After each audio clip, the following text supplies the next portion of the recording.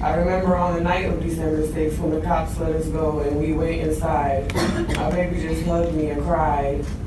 And there was nothing I could say to her. I was lost for words. All I could do was hold my baby girl. When it was time for bed, she came and climbed in my bed, said, "Mom, I just keep seeing the flashlights and the guns in my face." She stayed up past 3 a.m. that night because she couldn't sleep. This situation has affected my whole family, and this should not even be a problem. I hope and pray that not another family has to go through what my daughter and my family are going through now. This has to stop. There has to be a change.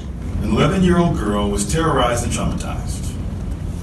She has lost her innocence, and for some foreign reason, there are those who think that's okay. Well, it's not okay. Never has been and never will be.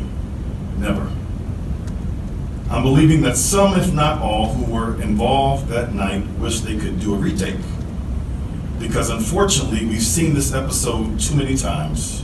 Enough is enough. I want to be perfectly clear in stating that my primary interest and focus is on doing whatever it takes to make GRPD the very best department in the world.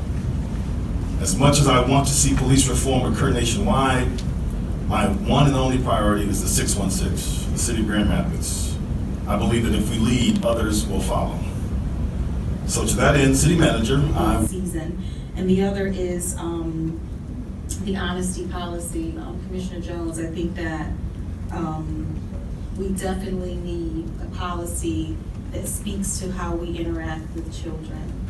And what I don't want is to sit in a room watching another video of a child wailing and crying at gunpoint in this city.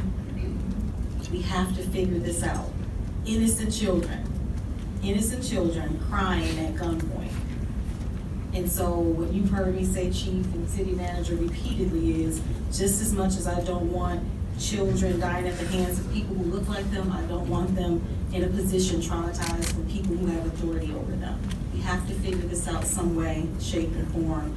And what I hope is that the police union will come alongside to help us figure this out, but we cannot keep doing business as usual. Something has to change. And so I would just like to reiterate several points that were made tonight, that Honestie is just a kid. She isn't a juvenile delinquent or the suspect in a murder. She wasn't resisting arrest.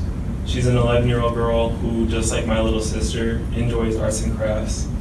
And I think that's why hearing the cuff clicks around her wrist and listening to her scream for her mom really struck a nerve with me. And I feel very passionately about this issue, and that's why I'm here today to speak. But I also want to thank Commissioner Joe Jones and thank Commissioner Senita Lenear and thank Commissioner Ruth Kelly for their leadership and stating that we have problems as a city, as well as our mayor and chief of police. Chief Honestie did something that's not common with police departments and admit that we have work to do as a city. And that's something that needs to be acknowledged. And it's not something that needs to be condemned by the police union. I also want to say that I'm here in support of the families of the 5 boys who were stopped at gunpoint, detained at gunpoint this past March, because I truly believe that their justice wasn't served, and I believe that there has been a pattern, and I think that they still need our support. They need our community support. And I also want